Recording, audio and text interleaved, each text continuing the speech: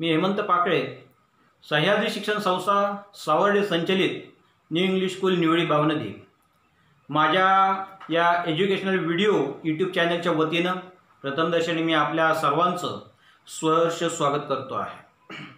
आजचा सेशन अत्यंत खास आणि अत्यंत महत्त्वाचा असणार आहे। हा सेशन आम्ही आपल्यासाठी घेऊन आलोय। इयत्ता 10वी विषय विज्ञान तंत्रज्ञान सेक्शन 1 आणि या सेक्शन 1 मधील पार्ट 1 विभाग 1 मधील प्रकरण 2 मूलद्रव्यांचे आवर्ती वर्गीकरण आणि या प्रकरणामधील अत्यंत महत्त्वाचा घटक आधुनिक आवर्त सारणी। या आधुनिक आवर्त सारणीची रचना, आवर्त सारणीचे दीर्घरूप आपण या सेशन मध्ये पाहणार आहोत। चला तर पाहूया आधुनिक आवर्त सारणी आणि आधुनिक आवर्त सारणीची रचना। आपल्याला माहित आहे सन 1913 मध्ये इंग्लिश शास्त्रज्ञ हेनरी मोझले याने एक्स-रे नलिकेच्या द्वारे जे काही प्रयोग केले आणि या प्रयोगाच्या माध्यमातून दाखवून दिले की मूलद्रव्याचा जो काही आधारभूत घटक हा अणुवस्तुमानांक नसून अणुअंक आहे।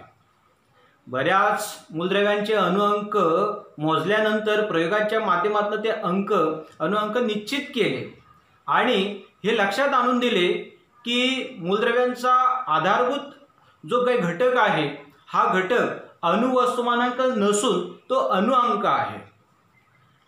याच अणुअंकाच्या आधारे या पूर्ण आवर्त सारणीची जी काही रचना आहे ही रचना या ठिकाणी आपल्याला केलेली दिसते आहे। आपल्याला या आधुनिक आवर्त सारणीमध्ये ही जी काही मांडणी आहे या मूलद्रव्यांची मांडणी ही अणुअंकाच्या चढत्या क्रमाने केलेली आहे। मूलद्रव्यांची मांडणी अणुअंकाच्या चढत्या क्रमाने केली असता जे आपल्याला वर्गीकरण मिळते ते म्हणजेच आधुनिक आवर्त सारणी होय। आधुनिक आवर्त सारणी मूलद्रव्याचा अणुअंक या अणुअंकाचा म्हणजे हा घटक आधारभूत मानूनच या मूलद्रव्यांची जी काही विशिष्ट मांडणी आपल्याला झालेली दिसून येते आणि त्याच्यामुळे मूलद्रव्यांच्या गुणधर्मांविषयी देखील आपल्याला अचूकपणे हे भाकीत करता येते। या मूलद्रव्यांची मांडणी किंवा ही जी काही रचना आहे आधुनिक आवर्त सारणीची रचना, structure of the modern periodic table ही कशा पद्धतीने आहे ते आपण या ठिकाणी आता बघणार आहोत। चला तर बघूया आधुनिक आवर्त सारणीची रचना, structure of the modern periodic table. आधुनिक आवर्त सारणीमध्ये 7 आडव्या ओळी आहेत। या आधुनिक आवर्त सारणीमध्ये जर आपण पाहिलं तर आपल्याला एकूण 7 आडव्या ओळी या ठिकाणी दिसतात। 1 2 3 4 5 6 आणि 7 या ज्या 7 ओळी आहेत हॉरिझॉन्टल लाईन या अशा पद्धतीने या अशा 7 आपल्याला आडव्या ओळी पाहायला मिळतात। या आडव्या ओळींना म्हटलेलं आहे आवर्त असं म्हटलेलं आहे। असे 7 आवर्त या आधुनिक आवर्त सारणीमध्ये आहेत। त्याचबरोबर आधुनिक आवर्त सारणीमध्ये आपल्याला उभे स्तंभ पाहायला मिळतात। म्हणजे हा एक उभा स्तंभ आहे, अशा पद्धतीने उभे कॉलम किंवा स्तंभ जे आपण म्हणतोय असे उभे स्तंभ आपल्याला पाहायला मिळतात। असे एकूण 18 उभे स्तंभ आहेत। 1 2 3 4 5 6 7 ते अप टू 18 पर्यंत असे आपल्याला उभे स्तंभ जे आहेत ते उभे स्तंभ या आवर्त सारणीमध्ये पाहायला मिळतात। या उभ्या स्तंभांना गण असे म्हटले जाते। असे आवर्त सारणीमध्ये 1 ते 18 गण आहेत। आता आवर्त व गण यांच्या रचनेतून चौकटी तयार होतात। आता बघूया ह्या अशा पद्धतीने जे काही चौकट आहे ह्या अशा पद्धतीने चौकटी तयार झालेल्या आहेत। या चौकटीमध्ये वरच्या बाजूला अणुअंक दर्शवलेले असतात। म्हणजे या ठिकाणी ही जी काही चौकट आहे या चौकटीच्या वरच्या बाजूला हे अणुअंक या ठिकाणी दर्शवलेले आहेत। ॲटॉमिक नंबर जे आहेत ते दर्शवलेले आहेत। प्रत्येक चौकट ही एका मूलद्रव्याची जागा आहे। प्रत्येक चौकट ही एका मूलद्रव्याची जागा आहे. 7 ओळींव्यतिरिक्त आवर्त सारणीच्या तळाशी आणखीन 2 ओळी दिसतात. म्हणजे ह्या 2 ज्या ओळी आहेत ही लॅन्थेनाइड आणि ही ॲक्टिनाइड स्वतंत्रपणे दाखवलेल्या आहेत. त्यांना अनुक्रमे लॅन्थेनाइड श्रेणी आणि ॲक्टिनाइड श्रेणी असे म्हणतात. म्हणजे ह्या दोन्ही ज्या आहेत ह्या दोन्ही श्रेण्या ज्या आहेत त्या लॅन्थेनाइड आणि ॲक्टिनाइड श्रेणी आहेत. 2 श्रेणींसहित आवर्त सारणीमध्ये 118 चौकटी आहेत. म्हणजेच आधुनिक आवर्त सारणीमध्ये 118 मूलद्रव्यांसाठी जागा आहेत. अगदी अलीकडच्या काळात काही मूलद्रव्यांची निर्मिती प्रयोगसिद्ध झाल्यामुळे आता ही आवर्त सारणी पूर्ण भरलेली आहे व सर्व 118 मूलद्रव्ये आता शोधली गेली आहेत. संपूर्ण आता पुढे बघूया आपण. संपूर्ण जी आवर्त सारणी आहे ही संपूर्ण आवर्त सारणी एस खंड, पी खंड, डी खंड व एफ खंड अशा 4 खंडामध्ये विभागलेली आहे. ही आधुनिक आवर्त सारणी SPDF अशा 4 खंडामध्ये विभागली आहे. एस खंड हा गण 1 व 2 यांचा बनलेला आहे. म्हणजे जर आपण या ठिकाणी पाहिलं तर 1 आणि हा दुसरा जो गण आहे तो या ठिकाणी एस खंडामध्ये हे 2 गण येतात. त्यानंतर पी खंड जो आहे या पी खंडामध्ये 13 पासून ते 18, 13, 14, 15 अप टू 18 जे काही गण आहेत हे सर्व गण हे पी खंडामध्ये येतात. त्याचबरोबर 3 ते 12 हे जे काही गण आहेत हे गण हे डी खंडामध्ये येतात. डी खंडामध्ये येणारे 3 ते 12 गण आहेत आणि उर्वरित ज्या 2 श्रेण्या आहेत ह्या 2 श्रेण्या ह्या एफ खंडामध्ये समाविष्ट आहेत. तर अशा प्रकारे एस खंडामध्ये पहिला आणि दुसरा गण, त्याचबरोबर पी खंडामध्ये 13 ते 18, डी खंडामध्ये 3 ते 12 हे गण आणि एफ खंडामध्ये या 2 श्रेण्या ज्या आहेत ह्या लॅक्टेनाइड आणि ॲक्टिनाइड या 2 श्रेण्या ह्या एफ खंडामध्ये समाविष्ट आहेत. आता त्याच्यानंतर बघा डी खंडातील मूलद्रव्यांना संक्रमक मूलद्रव्य म्हणतात. जी काही डी खंडातील मूलद्रव्ये आहेत या डी खंडातील मूलद्रव्यांना संक्रमक मूलद्रव्य म्हणतात. आवर्त सारणीच्या पी खंडामध्ये म्हणजे या पी खंडामध्ये आपणाला एक नागमोडी रेषा दर्शवता येते. म्हणजे इथून जर आपण बघितलं तर इथे आपल्याला एक नागमोडी रेषा पाहायला मिळते. या नागमोडी रेषेच्या साहाय्याने मूलद्रव्यांचे पारंपरिक 3 प्रकार आधुनिक आवर्त सारणीमध्ये स्पष्टपणे दाखवता येतात. नागमोडी रेषेच्या किनाऱ्याने धातू सदृश्य मूलद्रव्ये आहेत. म्हणजे मेटलाइट्स एलिमेंट जे आहेत ते किनारेले आहेत.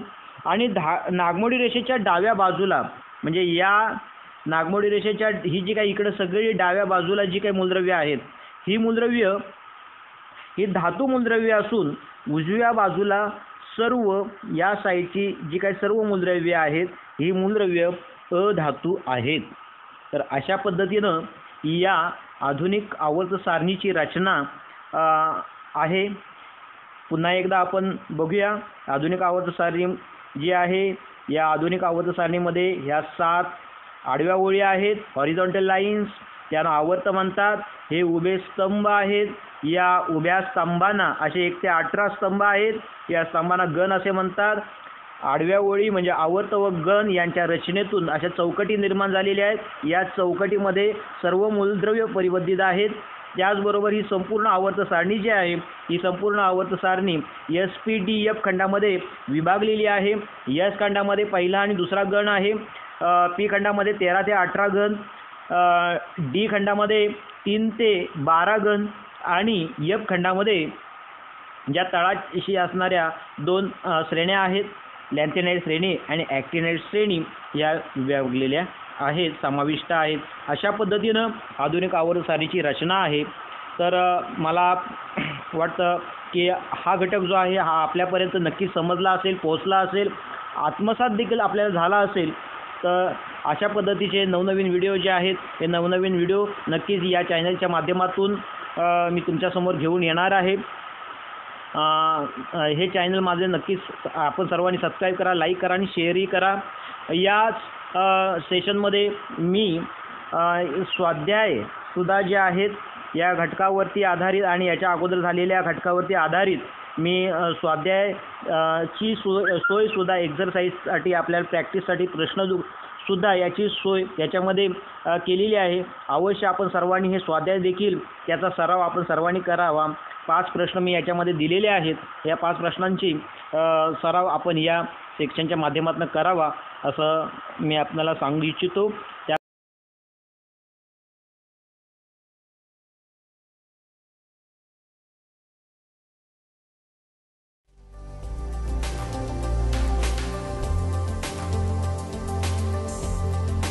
अष्टकाचा नियम ...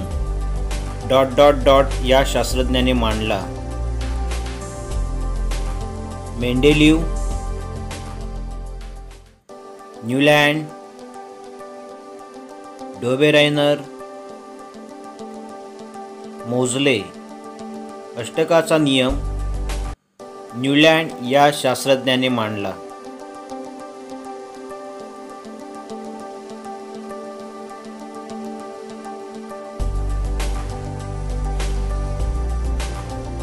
न्यूलँडच्या वेळी ... मूलद्रव्यांचा शोध लागला. 56, 63, 65, 36. न्यूलँडच्या वेळी 56 मूलद्रव्यांचा शोध लागला.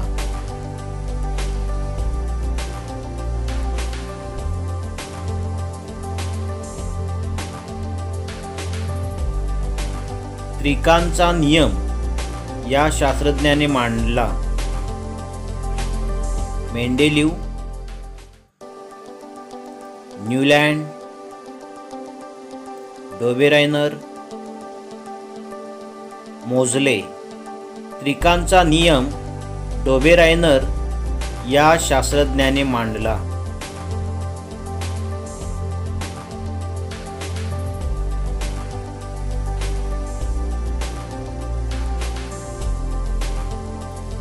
आधुनिक आवर्त सारणीत निष्क्रिय वायूंना या गणात स्थान दिले आहे.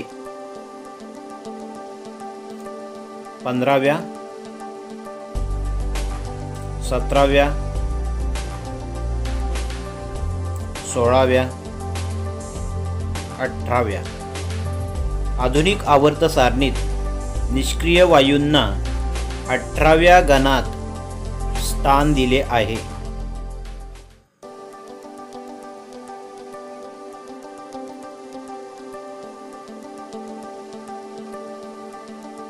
आधुनिक आवर्त सारणीत हॅलोजनला या गणात स्थान दिले आहे. 15व्या, 17व्या, 16व्या, 18व्या. आधुनिक आवर्त सारणीत हॅलोजनला 17व्या गणात स्थान दिले आहे.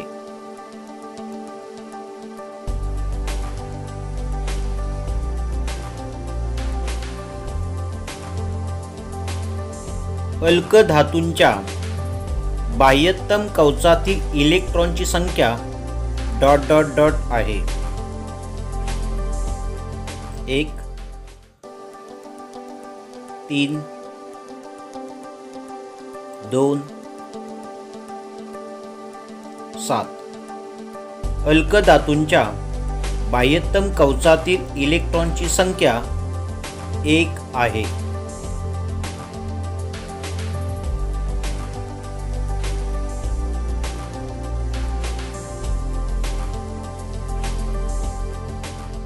आधुनिक आवर्त सारणीत अ धातू कोणत्या खंडात आहेत? एस खंड, डी खंड, पी खंड, एफ खंड. आधुनिक आवर्त सारणीत अ धातू पी खंडात आहेत.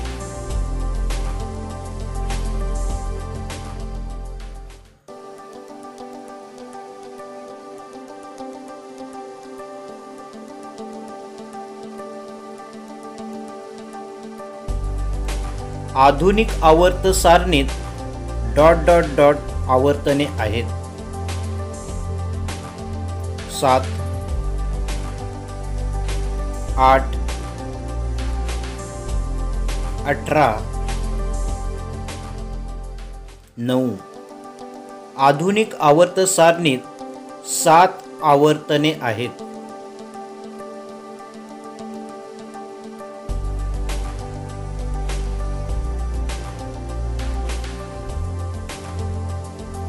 आधुनिक आवर्त सारणीत ... गण आहेत. 7, 8, 18, 9. आधुनिक आवर्त सारणीत 18 गण आहेत.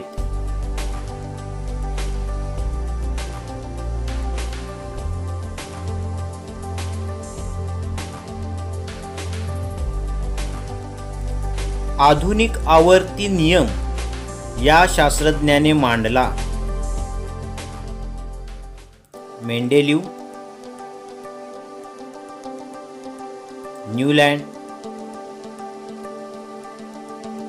डोबेरायनर, मोझले. आधुनिक आवर्ती नियम मोझले या शास्त्रज्ञाने मांडला. धन्यवाद.